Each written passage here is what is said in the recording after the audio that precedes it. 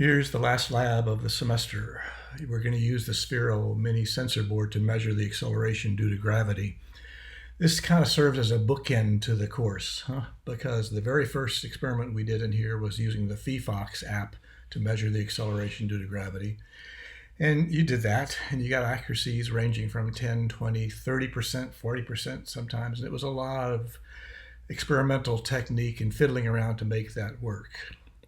Here you have a way using the period of a pendulum to measure the acceleration due to gravity, and you can easily get better than 1% accuracy in one single 30-second or 40-second measurement using the Sphero app. And do that 5 times, take an average. You can get a very good value of G. It takes barely a half an hour to build the pendulum bob and to hang it, maybe an hour altogether. I really hope you get a chance to do this experiment. So here's what you need. All you need is the sensor board, the cup. You need $1.75 worth of quarters. Otherwise, you have everything you need to build this. The period of a pendulum, as we did from class, goes like the square root of L over G. So if you solve for G, all you need to know is the length of the pendulum and the period. How do you do this? Build the pendulum bob as it shows you in the video. The only thing you need to watch out for is to make sure this line from the LED on the center of the board to the USB port, make sure that axis lines up with the axis of the string that is going through the pendulum bob. It's not crucial. 10, 20 degrees is plenty good enough, but you want that to line up so that the roll axis of the gyroscope reads the signal. Hang the pendulum, find a good place to hang it. The video shows you a couple of examples. You can put it on the edge of a desk, maybe on a bookshelf. I hung one from the door jamb of my office here. Any way you can find a nice stable place where you can measure distance to the bob will give you good numbers. If this were earlier in the semester, I would have you do lots of measurements at different lengths and average them and get a fit to the data. I'd be thrilled if you just took one value of length, and the longer the better. So your little tape measure measures up to 1.5 meters. Take that length if you like. If you can go more than that by taping in row in series to measure that tape twice to get a longer pendulum. Longer is better, but you'll get very good accuracy just with 1.5 centimeters. So that'll give you good accuracy for the length. You want to measure at least 60 seconds worth of data. The video shows, I think, 40, 45 seconds. If you take up to a minute's worth of data and average the number of cycles, maybe that's 20 or 30 periods, depending on what length you choose, you'll get very good numbers again. I would be thrilled if you take a few videos, just a photograph of how you set it up. I want to see how that worked. And if you do that, you will get values of G that are within 1% or so of the right value. And I think that'll be impressive to you. It surely will be to me. Thank you very much for doing this optional lab at the end of the semester. Here's how you build a pendulum bob. The only thing you have to be a little careful about is to make sure the rotation axis of the sensor board lines up so that the USB port through the center line lines up with the string suspension points, okay? So you take the plastic cup, put a spacer in to keep this from slipping around, put this in here with the LED side facing up, looking at you, so the battery there is underneath.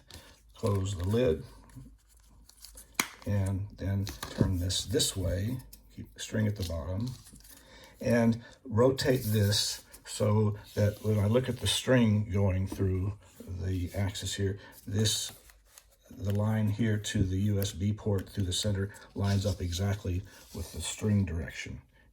Plus or minus 10 degrees, it's not super critical, okay? All right, now, before you tape that in place, take a stack of 7 quarters, 7 US quarters, $1.75 worth, put it here like this, and tape that tightly to the body of the sensor board like that. At least 2 pieces of tape, maybe 3. Okay, tape it down more like that. One more piece, maybe just to keep it from slipping around, and then maybe a big long piece around here this way to keep it doubly tight. Now we've made a very very robust pendulum suspension that's going to swing back and forth. The center of mass, if you tape those 7 quarters there, the center of mass is going to end up exactly at the edge of the bottom edge of the cardboard tube. With those 7 quarters there as ballast, the center of mass is exactly at the end of the cardboard tube. So you measure to that point, that's the effective length of the pendulum. There are lots of ways to hang the suspension for the pendulum, and convenient ways to use 2 hardcover books, pass the string through the bottom of the book here on one side and over here that way. You can move these back and forth this way to fine adjust the height. Measure from the top of the support down to the very bottom of the tube. That's the length of the pendulum. Set it swinging smoothly back and forth. Start the Sphero out, take some data.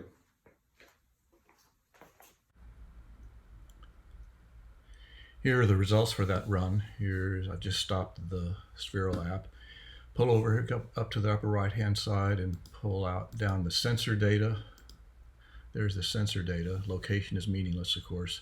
Here's the gyroscope data, and it's the roll axis that we're looking at, so I can get rid of the pitch and the yaw, and that's the early time behavior. Here's the whole sequence. You can see it decay a little bit of damping in here.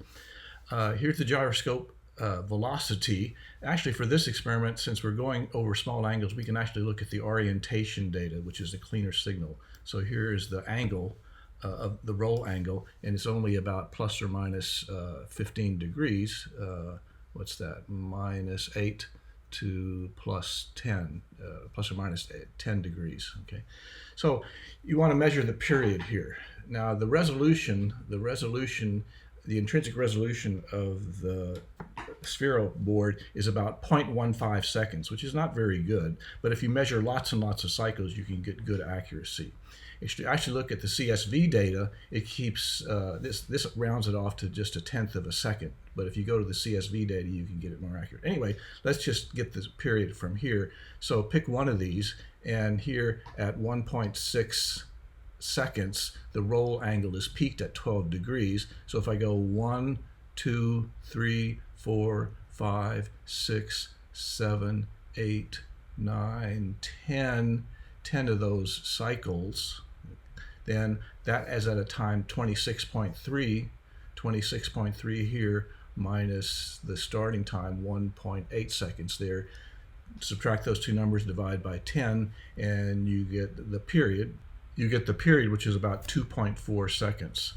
So do 10 cycles, then measure 20 cycles, measure 30 cycles, and use the 30 cycle average because that'll give you the most accurate results. If you really want to get better than that, you can download the CSV data.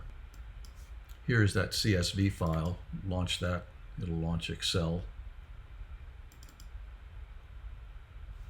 And the one we're interested in is column E, which is the orientation roll axis. Here is the roll amplitude.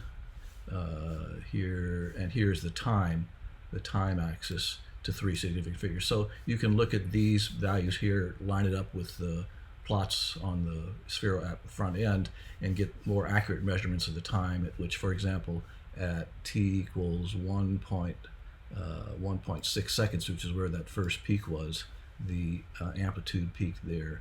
And I can go to the next peak, which looks like it's about here. That's where the second peak is.